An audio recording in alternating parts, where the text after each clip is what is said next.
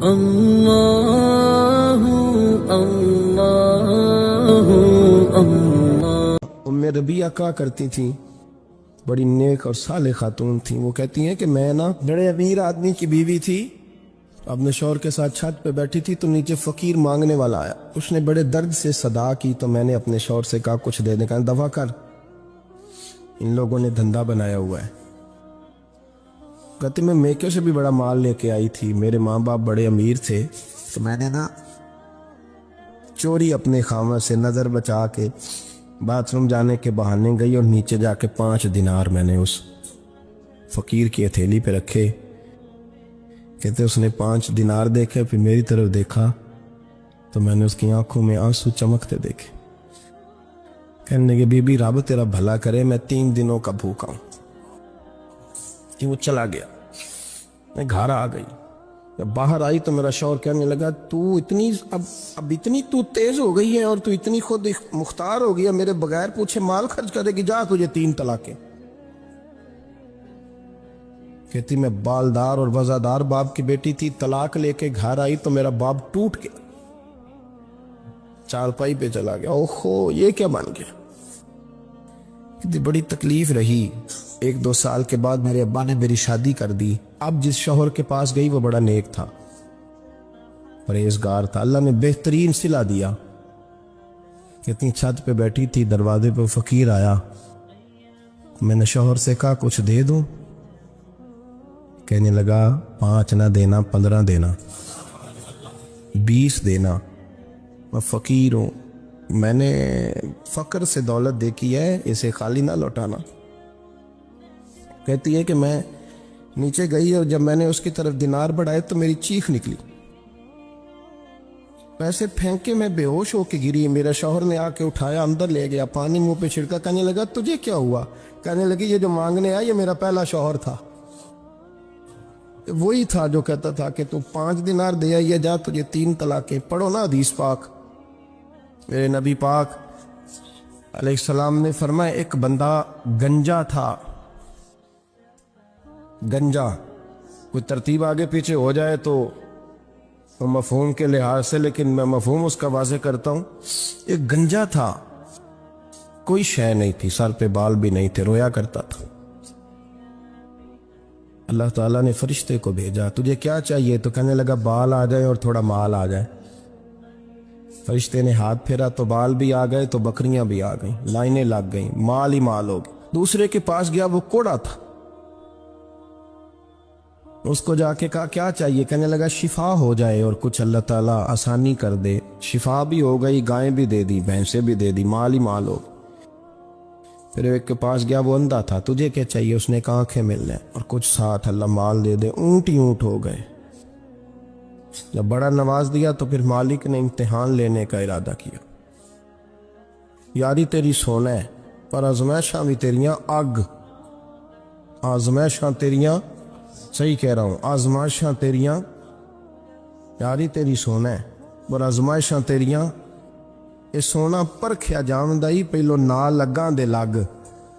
اللہ نے فرمایا آزمائش کرو۔ سب سے پہلے گنجے کے پاس آئے، اسے کہا اللہ کے رستے میں کچھ دے، کہنے لگا میرے خرچے ہی بڑے ہیں، دیکھو تو صحیح کتنی مشکل میں وقت گزارتا ہوں، حال ہی کوئی نہیں۔ تو اس نے کہا میں نے تو سنا ہے تو گنجا اور بھوکا ننگا تھا۔ کہنے لگا میں تو جدی پوچھتی رہی سے اعظم ہوں، تو یہ کس پاگل نے کہا ہے بھاگ جا؟ اس نے کہا اچھا جیسے تو تھا ویسے ہی ہو جائے۔ کھیت کھلیان اجڑ گئے، پھر سے گنجا ہو گیا۔ حضور علیہ السلام فرمانے لگے، پھر وہ اس کے پاس گیا جو کوڑا تھا، اسے کہا کچھ دے، کہنے لگا خرچے ہی بڑے۔ اب پوچھ لیں کسی امیر آدمی سے، کہے گا چکی کے نیچے ہاتھ ہے میرا، میرے سے زیادہ تو پریشان بندہ ہی کوئی نہیں، کیا بتاؤں آپ کو، اتنا ٹیکس ہے، اتنا جرمانہ ہے، فلانی شیف، بڑا کچھ گنواتے ہیں لوگ۔ اس نے کہا میں نے تو سنا تو پہلے کوڑا تھا۔ اس نے کہا جا دوڑ جا، میں تو رئیس اعظم ہوں، دادا بھی پردادا بھی اور ساری نسل ہی۔ اس نے کہا اچھا جیسے تو تھا ویسے ہی ہو جائے۔ پھر وہ گیا اندھے کے پاس اور جا کے کہا اللہ کے نام پہ کچھ دے، تو کہنے لگا رب کے نام پہ؟ یہ کھڑے ہیں اونٹ، جتنے تیرے دل کرے لے دا۔ اس نے کہا کیا مانا اس بات کا؟ کہنے لگا یار تجھے کیا بتاؤں، میں تو اندھا تھا، میں نے تو کبھی دنیا دیکھی نہیں تھی، پھر اس کریم نے فضل کیا تو مجھے بڑا کچھ دکھایا، میں کیا بتاؤں، میرا دل کر رہا ہے کہہ دوں کہ پھر اس نے کعبہ دکھایا، پھر اس نے روضہ رسول دکھایا،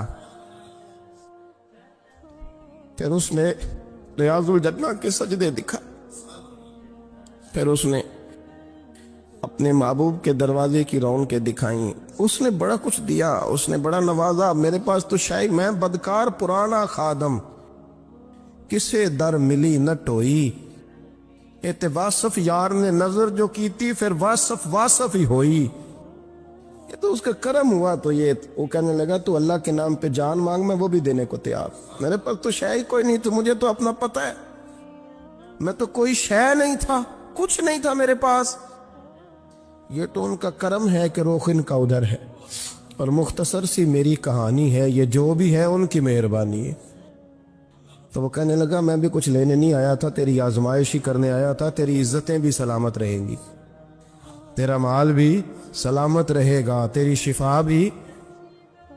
اپنی زندگی میں کبھی بھی اللہ کی بارگاہ سے توجہ ادھر ادھر نہ کریں، چھوڑے لوگ کیا کر رہے ہیں، دنیا کیا کہہ رہی۔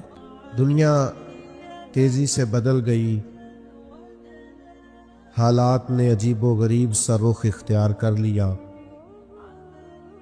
تصوف اور طریقت کے نام پر کچھ لوگ تو بالکل منکری ہو گئے اس خوبصورت طرز تربیت کے، اور کچھ لوگوں نے عجیب و غریب سے فلسفے اختیار کر لیے۔ میرے بھائیوں، کچھ لوگوں نے عجیب و غریب سی تشریحات کر لیں تصوف کی، کسی نے کڑے پہن لیے، کسی نے بال بے تحاشا بڑھا لیے، کسی نے عجیب و غریب رنگ اختیار کر لیا، اور بہت ساری بے دینی اس کے اندر ڈال دی۔ ایک تو یہ ہے کہ ہم تصوف کا، طریقت کا، اللہ کے بندوں کا پتہ کسی شخص سے پوچھیں، کسی کتاب کو دیکھیں، تو لوگ مختلف الخیال دنیا میں ملتے ہیں۔ ایسا نہ کریں کہ رب کے قرآن سے ہی پوچھ لیں اللہ کے بندے کس طرح کے ہوتے ہیں، تاکہ بہت سارے فکری الجھاؤ سے اور ذہنی تضاد سے اور مزاجوں کے انتشار سے بچا جا سکے۔ کسی فلسفے میں نہ الجھیں، جبے کبے کو نہ دیکھیں، کسی قسم کے کسی الجھاؤ کا شکار نہ ہوں، اللہ کا قرآن پڑھیں۔ اللہ کریم نے قرآن مجید میں فرمایا وَعِبَادُ الرَّحْمَنِ الَّذِينَ يَمْشُونَ عَلَى الْأَرْضِ هَوْنًا، فرمایا رحمان کے بندے وہ ہوتے ہیں جو زمین پر عاجزی سے چلتے ہیں، جو آہستگی سے چلتے ہیں۔ زمین معنی کیا ہے؟ وزادار لوگ ہوتے، بردبار ہوتے، تحمل مزاج ہوتے، اللہ کے بندوں کی طبیعتوں میں ٹھہراؤ ہوتا ہے۔ رحمان کے بندے آہستگی سے چلتے، کوئی تیزی، کوئی پریشانی، کوئی جلد بازی ان کے مزاج میں نہیں ہوتی۔ دوسری بات یہ کہ وَإِذَا خَاطَبَهُمُ الْجَاهِلُونَ قَالُوا سَلَامًا، جب جاہل ان سے گفتگو کرتے ہیں تو وہ جاہلوں سے بحث نہیں کرتے، وہ جب جاہل ان سے بات کرتے ہیں تو قالوا سلاما، وہ کہتے ہیں بھئی تمہیں سلام ہو۔ یہ ان کا دن ہے، ایک تو وزادار زندگی گزارتے ہیں، دوسرا الجھتے نہیں جاہلوں سے، اور تیسری بات قرآن نے بیان کی والذین یبیتون لربہم سجدا وقیاما، وہ راتیں گزار دیتے ہیں اپنے رب کے لیے سجدہ کرتے ہوئے اور قیام کرتے ہوئے۔ کتنی تیزی ہے ہماری طبیعتوں میں، الجھاؤ ہے، پریشانی ہے. دیکھیں نا یہ اللہ کا گھر ہے. بعض اوقات ہم مسجد میں آتے ہیں, سلام لینا یا ہاتھ چومنا یا میرا نعرہ لگانا یا میرے لیے اس سے مجھے کیا فائدہ ہوگا؟ مجھے تو فائدہ اس بات سے ہوگا کہ آپ میری کوئی بات مان لیں اور اس پر عمل کریں تاکہ اللہ میری بھی بخشش کا کوئی سامان بنائے. لیکن ہمارے ہاں ایک عجیب سی بے چینی ہے, بے قراری ہے. میں بہت ساری جگہوں پہ اب جا نہیں پاتا کیونکہ لوگوں کو تکلیف ہوتی ہے. میں داتا صاحب رحمۃ اللہ علیہ حاضری دینے چلا گیا تو وہ شور ہوا, پکڑ دکڑ, آنا جانا, جس طرح ابھی ماشاءاللہ سے آپ نے نہیں کیا. اسی طرح سے پھر کیا کرتے ہیں, سوچتے ہیں کہ جب لوگ ایک دوسرے پر گریں گے, بوڑھوں کو تکلیف ہوگی تو بہتر ہے نہ جائیں. آزمائش ہو جاتی ہے بزرگوں کے لیے. ٹھہراؤ پیدا کریں. اللہ کے بندے زمین پر آہستگی سے چلتے ہیں. ٹھہراؤ ہوتا ہے, بردباری ہوتی ہے, تحمل ہوتا ہے, طبیعت میں سکون ہوتا ہے. آج بے چینی ہے, بے قراری ہے, جلدی بڑی ہے لوگوں کو. ہمارے طالب علم, ہمارے بچے جن کے پاس ڈگریاں ہیں وہ بھی بڑے ذرا جلد باز ہو گیا. دین کا کام کرنے والے بھی بیچاروں کو جمعہ 8 دن ہوتے نہیں کوئی دینی کام کرتے تو وہ پوچھتے ہیں انقلاب کیوں نہیں آیا, کب حالات ٹھیک ہوں گے, کب انقلاب. بھائی ابھی تو آپ چلے ہیں, آپ ڈیوٹی دیں, اذان وقت پہ پڑھے, مسجد کھولے, نمازی اللہ بھیجا کرتا ہے. اللہ کے بندوں میں ٹھہراؤ ہوتا ہے. جلد بازی, طبیعت کی بے چینی, بے قراری یہ پریشان کرتی. حلم, بردباری. حضرت بلال حبشی رضی اللہ تعالیٰ عنہ بیان فرماتے ہیں کہ میں نبی پاک علیہ السلام کے مہمان آیا کرتے تھے تو بعض اوقات مجھے قرض لے کر بھی میزبانی کرنا پڑتی تھی حضور کے مہمانوں. ایک یہودی تھے,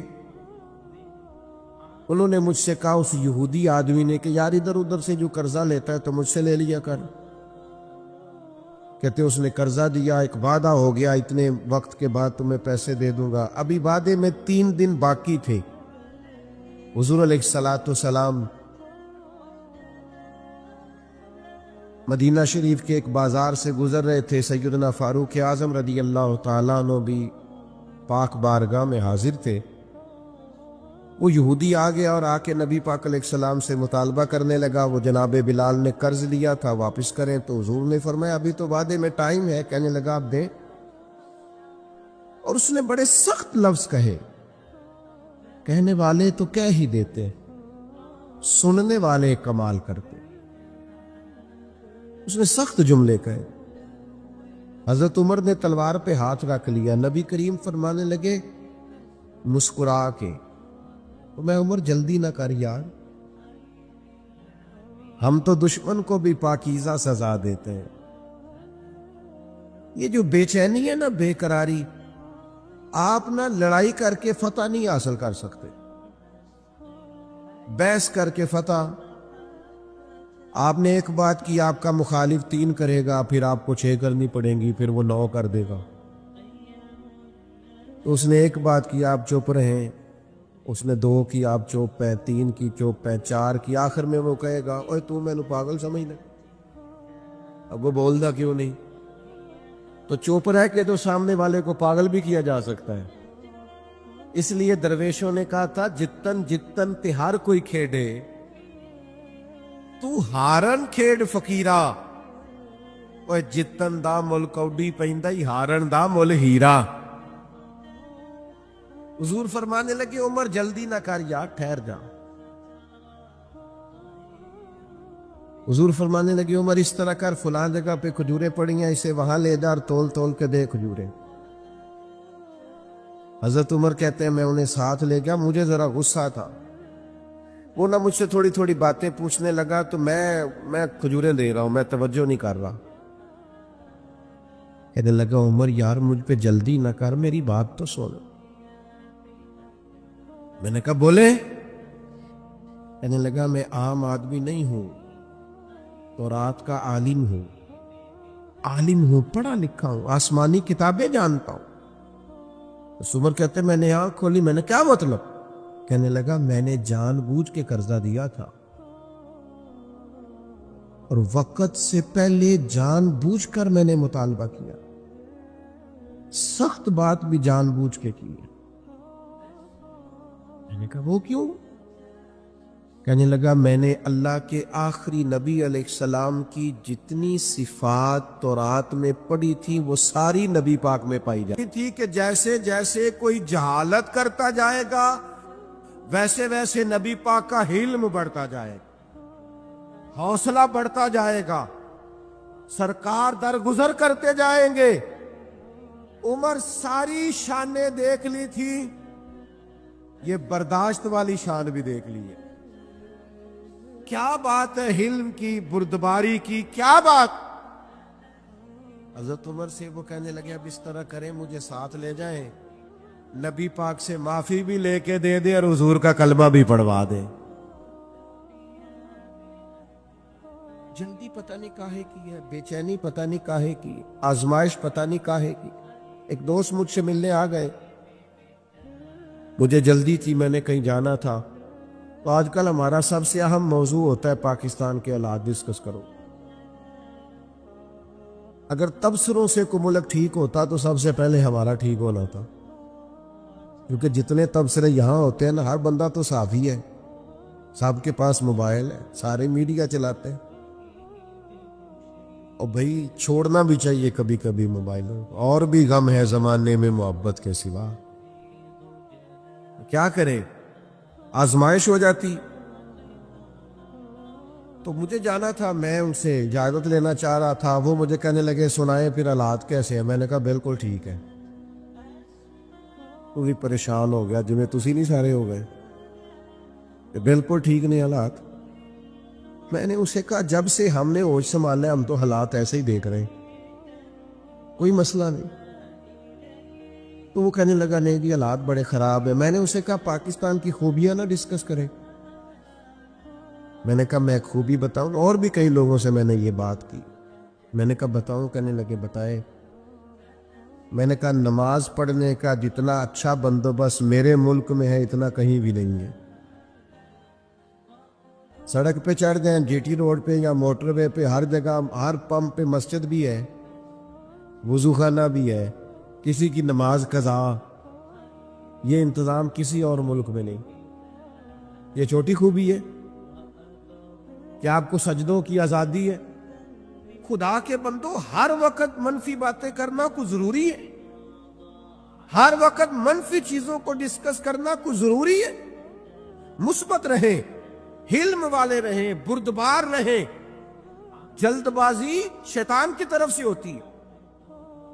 حضور نے صرف 4 کاموں میں جلدی کرنے کا کہا، نماز کا وقت ہو جائے جلدی پڑھ لو، بچے کا مناسب رشتہ مل جائے شادی جلدی کر دو، حضور علیہ السلام نے فرمایا کسی کا انتقال ہو جائے دفن جلدی کر دو، چوتھا فرمایا کسی کی رقم دینی ہو تمہارے پاس بندوبست ہو گیا فوراً ادا کر دو۔ باقی تو ہر کام میں آہستگی، بردباری، ٹھہراؤ، وزاداری، خوبصورتی، مسکرانا۔ اگر روز کے 100 لوگ مسئلہ پوچھتے ہیں نا ہم سے تو 95 طلاق والے ہیں۔ میاں بیوی بحث کرتے ہیں، بحث کرتے جا رہے ہیں، مقابلہ شروع کر لیا ہے، بچے پریشان ہیں، امی ابو لڑائی کر رہے ہیں، اور زیادہ ذمہ داری خامد کی تھی کیونکہ خامد کو اللہ نے زیادہ عقل عطا کی۔ اس کا کام تھا بحث نہ کرتا، سمجھتا کہ وہ بیچاری تو اتنی عقل نہیں رکھتی، میرے جتنا شعور نہیں، لیکن یہ برابر کی بحثیں کرتے ہیں۔ میں نے ایسے بھی گھر دیکھے ہیں جہاں بحث جیت گئی، رشتہ ہار گیا، طلاق ہو گئی۔ ماں باپ کے ہوتے ہوئے بچے یتیموں جیسی زندگی گزارتے ہیں، گھر اجڑتے ہیں بحثوں میں۔ حلم پیدا کرو، ٹھہراؤ پیدا کرو، برداشت کی قوت پیدا کرو۔ ہمارے درویش کہتے ہیں 14 طبق دلے دے اندر میں تبو واگو تانے ہوں، دل دریا سمندروں ڈونگے کون دلا دیا جانے ہو۔ دریا کے برابر دل ہو تیرا، ویسے نہیں کرنی۔ اگر کوئی جاہل مل جائے نا، وَإِذَا خَاطَبَهُمُ الْجَاهِلُونَ قَالُوا سَلَامًا، اسے سلام کرنی ہے. جاہلوں سے بحث، ہم نہ جاہلوں سے بحثیں کرتے ہیں. پتہ بھی ہے سامنے والا بیوقوف ہے، جاہل ہے، بحث کر رہے ہیں، کرتے جا رہے ہیں. امام شافعی رحمۃ اللہ علیہ فرماتے ہیں اکثر میری بحث ہوئی، مسائل میں گفتگو ہوئی، لیکن فرماتے ہیں جب میری عالم سے بحث ہوئی ہے نا، کبھی سامنے والے عالم نے میری رائے قبول کر لی، کبھی میں نے اس کی قبول کر لی، کبھی وہ جیت گئے کبھی، لیکن فرماتے ہیں جب بھی میری جاہلوں سے بحث ہوئی ہے جاہل ہی جیتے، اس لیے کہ جاہل سے کوئی جیت سکتا. درویش نے لکھا ہے گدھے اور گھوڑے کی بحث ہو گئی تھی. گھوڑا کہتا تھا آسمان کا رنگ نیلا ہے اور گدھا کہتا تھا نہیں جی کالا ہے. تو بڑی دیر بحث ہوتی رہی، گھنٹے گزر گئے. جب نتیجہ کوئی نہ نکلا تو کہنے لگے بادشاہ سے فیصلہ نہ کرا رہے، شیر بادشاہ تھا. چلو بڑے گھنٹے بحث ہوتی رہی. گدھا گھوڑا دونوں گئے شیر کے پاس فیصلہ لے کے. کہا بتائیے جی آسمان کا رنگ کیا ہے؟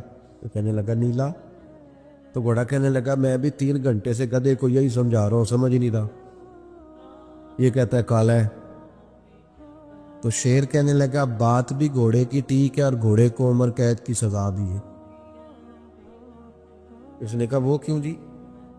کہنے لگا سزا اس بات کی نہیں دی کہ تیری بات غلط ہے کہ ٹھیک ہے، سزا اس بات کی ہے کہ تو نے گدھے سے بحث شروع کر دی. گدھے سے بھی کبھی کوئی بحث کرتا ہے. ناراض ہو گئے آپ لوگ؟ اور غور تو کرو کیا کہہ رہا ہوں میرے بھائی. میں بڑے بیوقوفوں کو جانتا ہوں جو گدھوں سے بحث کرتے ہیں، اور یہ تو گدھا ہے، گدھے سے بھی کوئی بحث کرتا ہے. خدا کے بندو اپنا معیار رکھو. ہر ایک کے منہ لگنا ہمارا معیار نہیں، سٹینڈرڈ نہیں ہمارا. آپ صوفیاء کی جماعت ہیں، آپ کا مزاج، آپ کا مورال بلند ہونا چاہیے. بحث، اور پھر چھوٹے ظرف کے لوگ ہوتے ہیں جو ہر جگہ بحثیں کرتے ہیں. علماء کریں گے علماء سے گفتگو، کبھی کوئی موقع بنے گا مناظرے کا تو احقاق کے حق کے لیے. ہم عوام ہیں، ہمیں ہر جگہ بحث نہیں کرنی چاہیے، الجھنا نہیں چاہیے، اور بیوقوفوں سے تو بالکل نہیں کرنی چاہیے. اور کبھی کوئی ایسا معاملہ آ جائے کہ جب سامنے والا نادانی کر رہا ہو. حضرت عمر بن عبدالعزیز رحمۃ اللہ علیہ عالم بھی تھے، ولی بھی تھے، بادشاہ بھی تھے. تو آپ رات کو نہ گزر رہے تھے ایک جگہ سے، تو ایک بزرگ لیٹے ہوئے تھے فٹ پاتھ پہ آرام فرمات. اس زمانے میں لوگ لکڑی کے جوتے پہنتے تھے، کھڑاؤں جنہیں کہا جاتا. بابا جی سوئے ہوئے ہیں فٹ پاتھ پہ، جناب عمر بن عبدالعزیز کا پیر آ گیا. تو اچانک ٹکر ہو جائے موٹر سائیکل سے یا گاڑی سے تو لوگ کیا کہتے ہیں؟ اندھا ہے تو. حالانکہ جو اندھا ہوتا ہے وہ موٹر سائیکل تو نہیں نہ چلا سکتا، اندھا گاڑی تو نہیں نہ چلا سکتا. یہ ایک تنقید ہوتی ہے کہ تو اندھا ہے، یعنی تو دیکھ، تجھے نظر بھی آتا ہے پھر بھی تو نے ٹکر لگا دی. تو سیدنا عمر بن عبدالعزیز کا پیر بابا جی کے پیر پہ آیا تو بابا جی اچانک اٹھے، کہنے لگے آپ اندھے؟ یہ وقت ہے بندہ بادشاہ بھی ہو، طاقتیں بھی ہو، اور پھر اس کا ظرف اتنا بڑا ہو، آپ اندھے؟ تو جناب عمر بن عبدالعزیز رحمت اللہ تعالی علیہ بابا جی کی اتنی 7 سپاہی بھی تھے، اتنی سخت بات سن کے بھی مسکرائے. اوہو یہ کمال ہے، یہ مسکرانا کمال ہے. مسکرائے اور مسکرا کے فرمانے لگے نہیں بزرگوں میں اندھا نہیں، مجھے نظر آتا ہے. وہ جو سپاہی ساتھ تھے نا، آپ کو پتا ہے یہ جو کیتلی ہوتی ہے یہ چائے سے زیادہ گرم ہوتی ہے، ساتھ والوں کا مسئلہ زیادہ گڑبڑ ہوتا ہے. وہ جو 7 سپاہی تھی انہوں نے تلواریں نکال لی. آپ نے فرمایا تمہیں کیا ہوا؟ کہنے لگے جی بابا جی نے آپ کو اندھا کہا ہے. فرمانے لگے انہوں نے تو نہیں کہا. کہ جناب کہا ہے. فرمایا بابا تم سے باتیں کر رہا تھا کہ مجھ سے کر رہا تھا؟ جی باتیں تو آپ سے ہی کر رہے تھے. فرمانے لگے اللہ کے بندو، بابا جی نے تو ایک سوال پوچھا ہے، انہوں نے پوچھا آپ اندھے تو نہیں؟ تو میں نے جواب دے دیا نہیں مجھے نظر آتا ہے، اس میں لڑائی والی کون سی بات ہے؟ سوال کا جواب ہوتا ہے کہ لڑائی ہوتی، ہم لڑائی کرتے ہیں، بحث کرتے ہیں، الجھے نہیں۔ اور کبھی کوئی پوری مخالفت پہ اتر بھی آئے پھر بھی مسکرا مسکرا کے جواب دے۔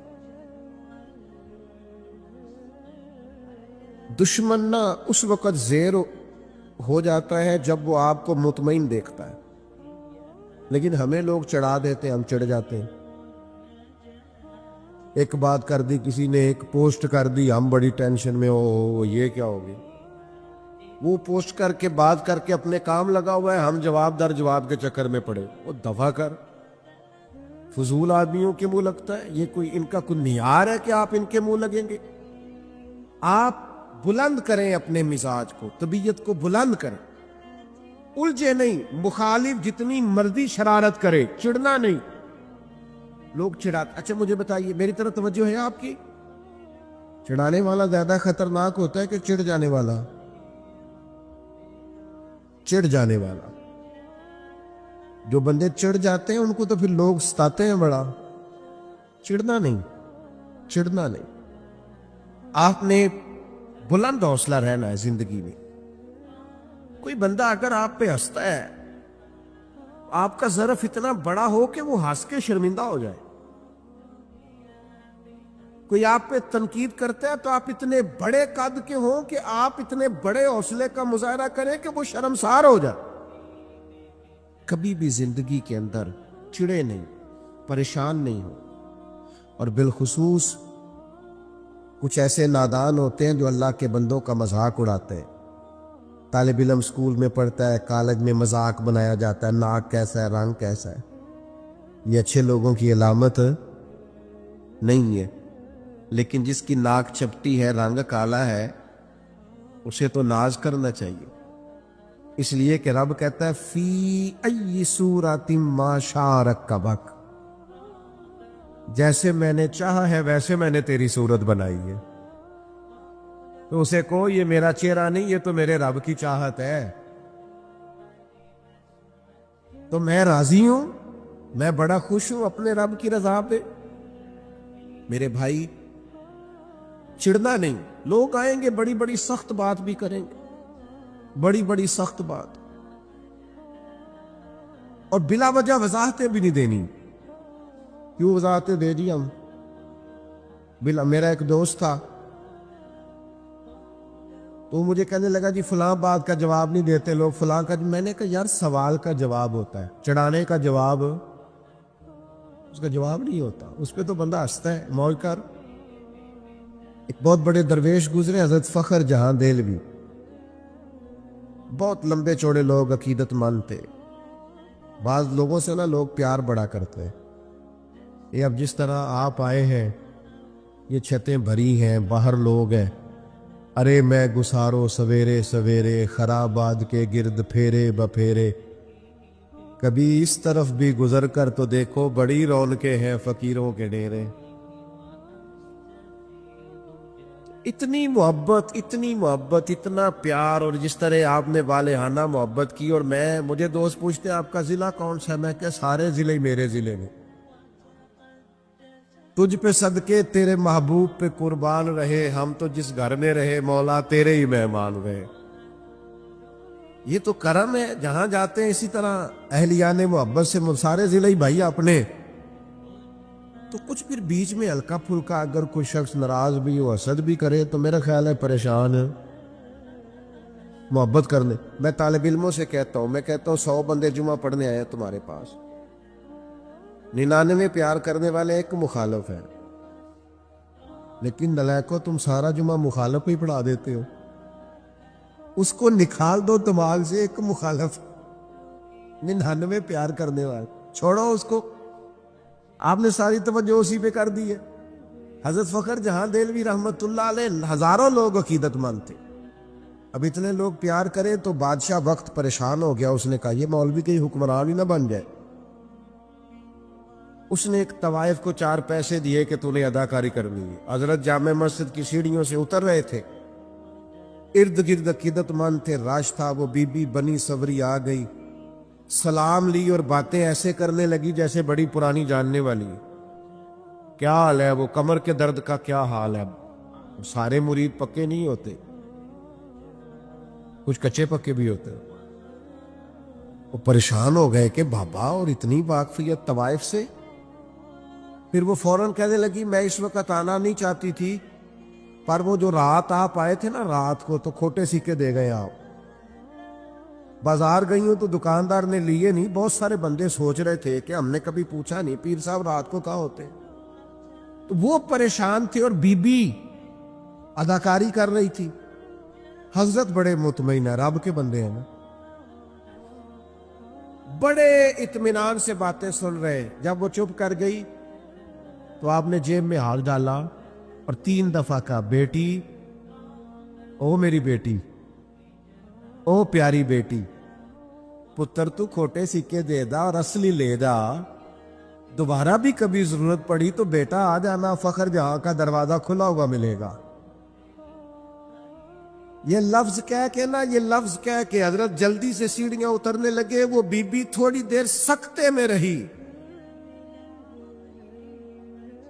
اور پھر رج کے روئی اور پھر حضرت کے پیچھے دوڑی، جا کے آگے پیروں کی طرف بیٹھ گئی، ہاتھ باندھ دیے، کہنے لگی او دلی کے بے تاج بادشاہ، مجھے تو پیسے دیے گئے تھے تجھے بدنام کرنا تھا، میں وہ بی بی ہوں جسے اس کے اپنوں نے بھی بہن بیٹی کہنا چھوڑ دیا، میں تجھے بدنام کرنے آئی اور تو نے مجھے ہی بیٹی بنا لیا، اور 3 دفعہ مجھے بیٹی بیٹی کہہ کے پکارا۔ میں تیرے صدقے جاؤں، اب میں شہر والوں کو بتاؤں گی کہ فخر جہاں کی بیٹی کیسی ہوتی ہے۔ یہ لفظ کہتے اس نے اپنا کپڑا اٹھایا اور چہرے پہ نقاب کیا، کہنے لگی سنو شہر والوں، آج کے بعد کسی طوائف کا کوٹھا سمجھ کے نہ آنا، میں نے اسے مسجد بنا دیا ہے، قیامت تک مدینے والے کے نام کی اذانیں پڑھی جائیں گی۔ اللہ والوں کا ضرب بہت بڑا ہوتا ہے، یہ الجھے نہ، پریشان نہ ہو۔ اور تیسری بات والذین یبیتون لربہم سجدا وقیاما، رب کے بندوں کی راتیں موبائل پہ نہیں گزرتی، سڑکوں چوکوں پہ نہیں گزرتی، اللہ کا قرآن کہتا ہے ان کی رات یا سجدے میں گزرتی ہے یا قیام میں گزرتی۔ سیدہ عائشہ صدیقہ رضی اللہ تعالیٰ عنہ فرماتی ہیں اتنی دیر نبی پاک نے نفل پڑھے رات کو، اتنی دیر کہ فجر کی اذان ہو گئی اور میں نے حضور کے قدموں میں ورم دیکھا۔ میں نے صبح عرض کی حضور آپ کے صدقے اللہ اگلے پچھلوں کو بخشے گا، امام الانبیاء ہو کر، سید الرسل ہو کر اتنی مشقت۔ حضور فرمانے لگے عائشہ تم نے بتایا ہے نا میرے اللہ کا مجھ پر بڑا انعام ہے، تو بتا پھر اپنے رب کا شکر گزار بندہ نہ بنوں؟ کبھی تو بھی تو ساری رات مصلی پہ گزار ماں، کبھی ایک رات، چلو میں روز کی بات نہیں کرتا، کبھی کبھی کوئی ایک دن سارا گزارنا اللہ کی بارگاہ میں، اس کے رستے میں۔ ہم تو میرے بھائی نہ بزرگوں کو وقت ملتا ہے سٹیٹس لگانے سے، نہ بچوں کو ملتا ہے، ہم تو پتہ نہیں کہاں کھو گئے۔ زندگی وہ نہیں ہے جو موبائل کے اندر ہے، زندگی یہ جیتی جاگتی ہے، باہر دیکھیں لوگوں کو۔ خدا را اپنا مصلی سے رشتہ مضبوط کریں۔ طاقتور مومن وہ ہوتا ہے جس کا مصلی سے رشتہ مضبوط ہوتا ہے، جسے دعا مانگنی آتی ہے، جسے رب کو منانا آتا ہے، جسے سجدے میں جانا آتا ہے۔ آپ دیکھیں نا نبی پاک کی سیرت کو پڑھیں، سورج گرہن ہو گیا تو حضور نے مصلی بچھا لیا، بارش نہیں ہوتی تو مصلی بچھا لیا، بارشیں زیادہ ہوتی ہیں تو مصلی بچھا لی، ہر موقع پر نماز۔ یہاں تک کہ بدر کی رات جناب صدیق اکبر رضی اللہ تعالیٰ عنہ فرماتے حضور نے صفیں سیدھی کرائی، لوگوں کی ڈیوٹیاں لگائی، کافر ساری رات گوشت بھون بھون کے کھاتے رہے، اور اللہ کے لاڈلے نبی ساری رات سجدے میں رہے. یا اللہ میں 313 لے کے آ گیا ہوں، اگر یہ ہلاک ہو گئے کون تیری عبادت کرے گا قیامت. ساری رات نماز پڑھی نبی پاک نے، ساری رات. میں کیسے آپ سے عرض کروں کہ ہمارا سجدہ کمزور ہے؟ محفلیں لمبی، نمازیں چھوٹی. خدا را واپس آؤ.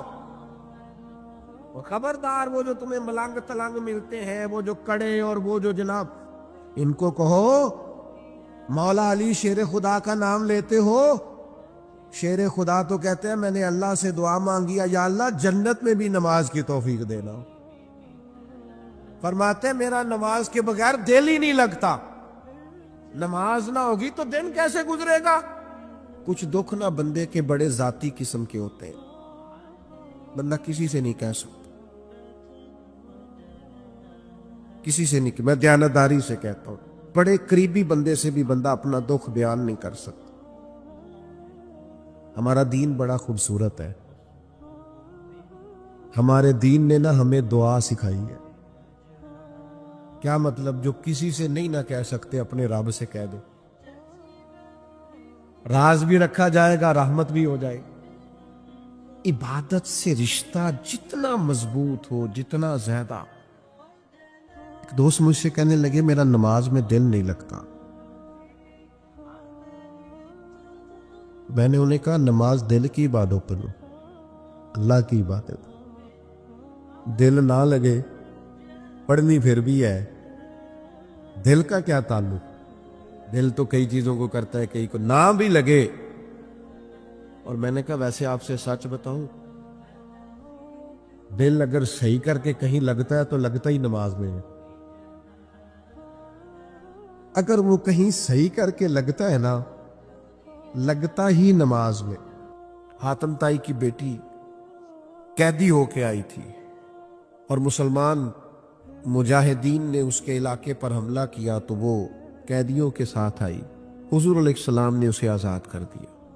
واپس گئی اپنے بھائی عدی بن حاتم سے جا کے کہنے لگی جس سے میں مل کے آئی ہوں وہ بادشاہ نہیں، وہ اللہ کے نبی ہے صلی اللہ تعالی علیہ وسلم. بادشاہوں کے یہ مزاج نہیں ہوتے، ان کے یہ طریقے نہیں ہوتے. جن سے میں مل کے آئی نا، مل کے حضور سے گئی ہے، لیکن حضور سے ملنے کے بعد اس کے ذہن میں آ گیا یہ اللہ کے نبی ہے. تیری حیات پاک کا ہر لمحہ پیغمبر لگے. حضور سے مل کے گئی اور جا کے اس نے یہ اپنے بھائی سے کہا. تو عدی جو تھے وہ ظاہر ہے حاتم تائی نے زندگی میں بڑے بڑے بادشاہوں سے، بڑے بڑے لوگوں سے ملاقات کی تھی. تو عدی کہنے لگا کہ میں اسی طرح عورتوں کے کہنوں پہ نہیں مانتا، میں خود جاؤں گا. عدی آئے مسجد میں، حضور تشریف فرما. سادی سی مسجد، غلاموں کے بیچ آقا تشریف فرما. اور بڑا انفرادی سا رنگ ہے، بڑی سادگی ہے. عدی کہتے ہیں دل پہ چوٹ آئی. یہ بادشاہ ہوتے تو محل ہوتا، یہ بادشاہ ہوتے تو لاؤ لشکر ہوتے، ہٹو بچوں کی داستانیں ہوتی. لیکن یہ سادگی، یہ خوبصورتی، یہ وزاداری، یہ غریب پروری، یہ بندہ نوازی، دل پہ چوٹ لگی. لیکن میرے دل میں خیال آیا کہ مسجد تو سادی ہے، شاید گھر بڑا عالی شان ہو. یہ بھی ہوتا ہے، یہ بھی ہوتا ہے. ہم نے دیکھا ہے بعض جگہوں پہ لوگ اپنے ذاتی گھر تو بڑے اونچے بنا لیتے ہیں، لیکن اپنے ابا جی کا دربار بنا رہے ہوتے ہیں تو اس پہ ساری زندگی بالے ہی کھڑے رہتے ہیں. گو کیتی ہے تواڈے پیراں دا دربار بندا ہے، تعاون کرو. اور بھئی تیرے بھی کچھ لگتے تھے پیر صاحب، تو بھی کچھ کر. یہ رویے ہم نے دیکھے ہیں الا ماشاءاللہ. بھائی عدی کہنے لگے میں گھر جاؤں گا، گھر دیکھوں گا. میرے دل میں خیال آیا پر قربان جاؤں مدینے والے محبوب کے. حضور فرمانے لگے چل میں تجھے گھر لے چلوں. کہتے میرے دل میں خیال تھا. حضور مجھے گھر لے گئے. پھر میں کاشانہ نور پہ پہنچا. پھر میں اس جگہ پہنچا جہاں حضرت جبریل بھی اجازت لے کے حاضر ہوتے. پھر میں وہاں پہنچا جہاں فرشتے ترستے ہیں دیدار کو، لیکن وہاں بھی میں نے ایک مٹکا دیکھا، 2 پیالے دیکھے، ایک چٹائی دیکھی، کھجور کی چھال کا تکیہ دیکھا۔ فرماتے ہیں حضور میرے لیے کھجوریں اور دودھ لے کے آئے، اور پھر محبوب کریم علیہ الصلوۃ والسلام میری طرف بڑھا کے کہنے لگے تو اسلام پر یہ غربت دیکھ کر کلمہ نہیں نہ پڑھ رہا، ایک وقت آئے گا اور میں وقت لاؤں گا کہ ایک عورت مقام حرا سے اکیلی چلے گی اور آ کے بیت اللہ کا طواف کرے گی، اسے سوائے اللہ کے کسی کا ڈر نہیں ہوگا۔ وقت آئے گا، حالات بدل جائیں گے۔ عدی کہتے ہیں میں سمجھ گیا کہ یہ بادشاہ نہیں، یہ اللہ کے سچے رسول ہیں۔ فرماتے ہیں مسلمان ہو گئے۔ تو جو بھی دروازہ محبوب تک پہنچا ہے، جو بھی بارگاہ رحمت للعالمین تک پہنچا ہے، اسے اللہ کی معرفت مل گئی، اسے جینے کا سلیقہ۔ اور یار جینے کا کیا،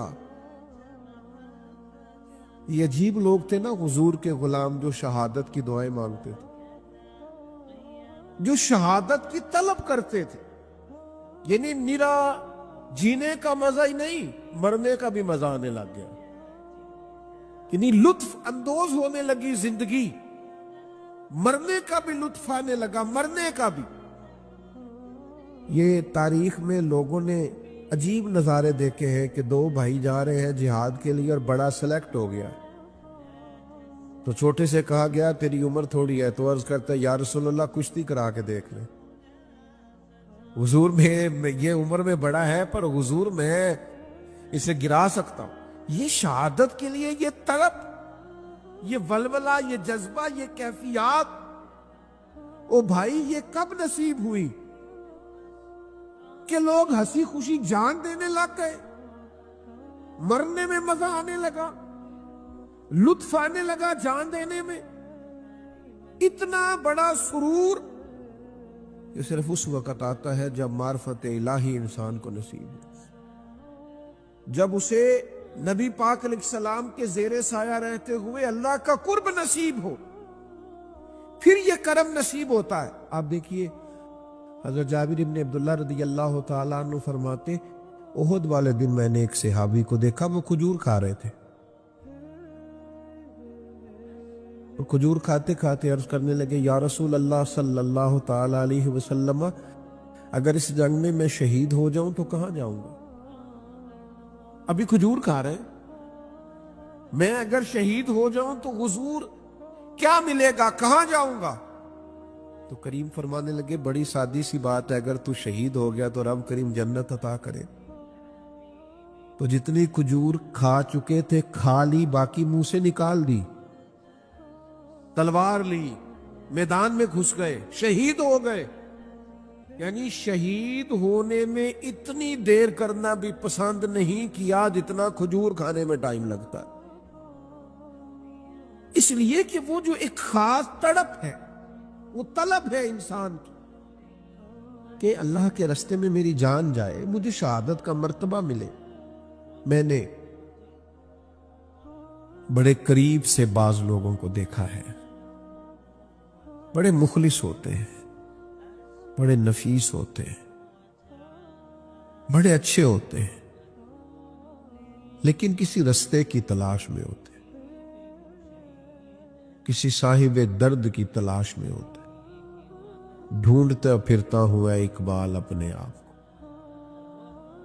ڈھونڈتا پھرتا ہوا اقبال میں اپنے آپ ہی گویا مسافر، آپ ہی منزل ہوئے، ڈھونڈتے ہیں، تڑپ ہے ایک یاد۔ جو چاہے مانگ لے منگتا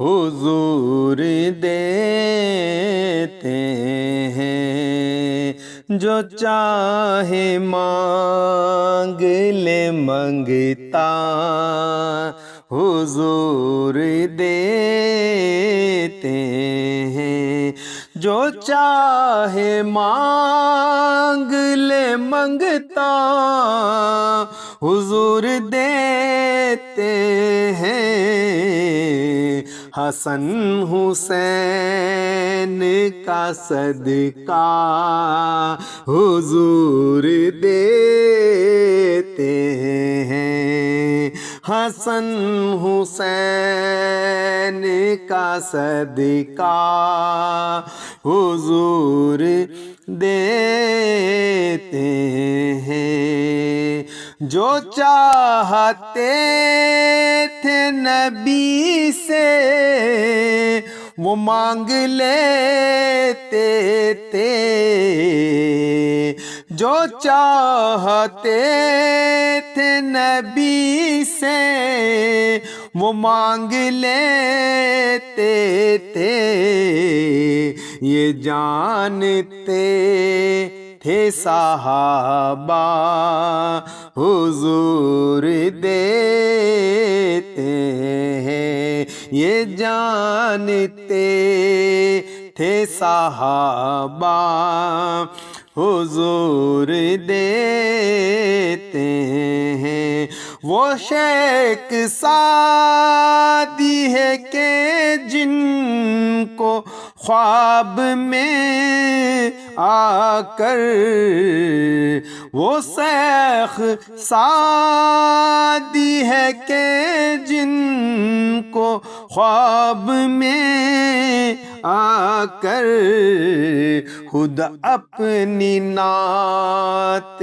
کا مصرع حضور دیتے ہیں، خود اپنی نعت کا مصرع حضور دیتے ہیں، اور بریلی والے رضا خان کا جو عقیدہ تھا وہی ہے اپنا عقیدہ حضور دیتے ہیں، وہی ہے اپنا عقیدہ حضور دیتے ہیں، جو چاہے مانگ لے منگتا